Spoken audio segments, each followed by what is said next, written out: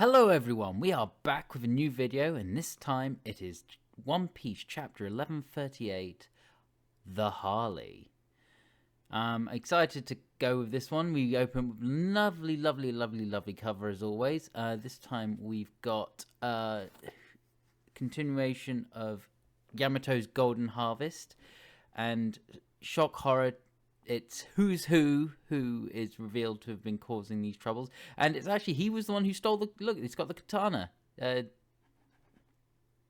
He stole that katana in one of the earlier cover things, so that's a thing, I guess.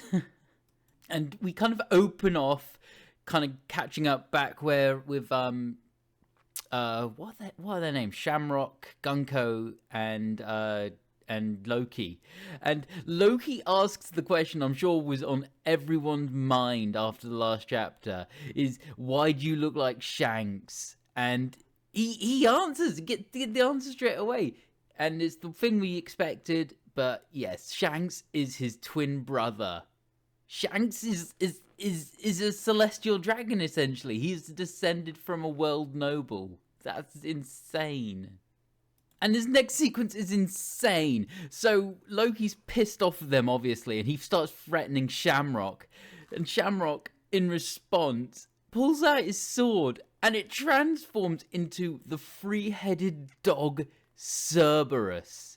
And obviously that's one of the most well-known mythological creatures, you know, three-headed dog, guardian of the underworld, which is very fitting considering they're in the what Elbaf call the underworld. Oh man. So is that one, because we've had in the past with One Piece where a sword somehow ate a devil fruit and became, I forget what it was, but is this the same concept or is this something else? I don't know. So at this point, Shamrock and Gunko decide to leave, and he leaves his Cerberus sword to deal with Loki. And look at this! I love this. Gunko makes it like a weird, like, plane out of her arrows. So cool. But Loki, you know, claims that he won't be able to withstand Cerberus's attack, and he immediately gets stabbed.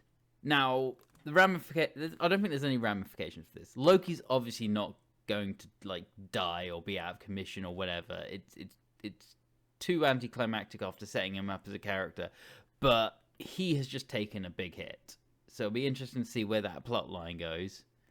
But anyway, we now get to see what the Straw Hats are doing, and the guards that they're speaking to are telling them all about all this nasty stuff that Shanks did. Obviously, they've mistaken Shanks for Shamrock, and Luffy's having none of it, as ever. And he kind of I don't know if he actually thinks this or it just like, but he gets the nail on the head. He just guesses that, you know, it's someone who looks like Shanks, like a brother. Good intuition, Luffy. And then we move on. We get to see what Frankie's doing now, and he's he's admiring the Adam tree in Elbaf. And look at this cute little panel of just Ripley holding Frankie like a doll or whatever. Love it. So what's cool is Frankie sees these murals, and Ripley tells him they're from the Void Century. So that's really cool, you know, the undocumented Void Century. So there's some documentation there, I guess.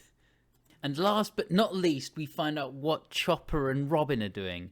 And they're being shown the Harley, the aforementioned Harley, and how it mentions three worlds. But rather than going into panels and stuff about what Robin and Chopper are doing, we go to the final panel of Frankie looking over the mural, and essentially the same stuff that's in the Harley about the first world, the second world, and the third world. And the way I've read it and interpreted it is that the first world is the ancient past, that, you know, the world that like Joy Boy lived in and all that. The second world is the Void Century, and the third world is the present. And it's all interesting stuff. And I'm looking forward to see how they kind of expand on this on Sunday. It's all very exciting, and I'm looking forward to it. I'm also interested to see what Gunko and Shamrock are get up to, and you know, is what state Loki's going to be in after that pretty brutal attack. But until Sunday, I will see you all later. Bye.